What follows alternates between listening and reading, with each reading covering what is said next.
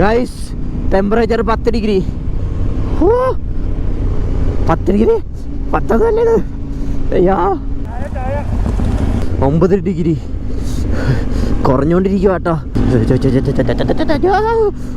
പൈസ തുറക്കണല്ല. ഓ നല്ല തണുപ്പ്, നല്ല രസമുണ്ട്. മൂന്നാർ തിരികെ വരാൻ പറ്റിയ സമയമാണ്. കൊള്ളാം, നല്ല രസം. അയ്യോ തണുക്കണേ ഈശ്വര. 790 ടെമ്പറേച്ചർ ഗേജ് 9 ആണെങ്കിൽ ഇവിടെ വല്ല 5 ആയിരിക്കും.